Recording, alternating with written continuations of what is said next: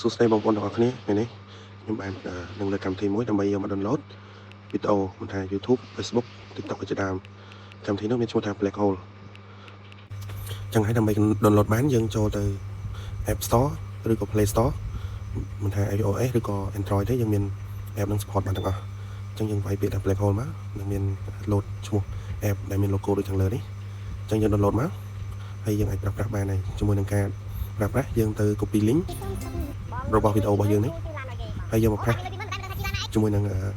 កម្មវិធីនេះហើយក្នុងកម្មវិធីនេះដែរវា free អញ្ចឹងហើយយើងត្រូវមានពាណិជ្ជកម្មអញ្ចឹងយើងរងចាំពាណិជ្ជកម្មចប់យើងអាច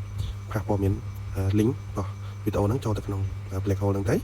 អញ្ចឹងយើងអាច download បានហើយការ download យើងរងចាំតាមនីតិជាក់ស្ដែងហើយបន្ទាប់ពី download មកយើងអាច save ទៅ gallery ឬបាទបងប្អូនទាំងគ្នាវីដេអូយើងមានតែប៉ុណ្្នឹងទេហើយបើសិនជាគិតថាវាជាអត្ថប្រយោជន៍សូមជួយខ្លាច comment នៅក្នុងវីដេអូនេះផងសូមអរគុណ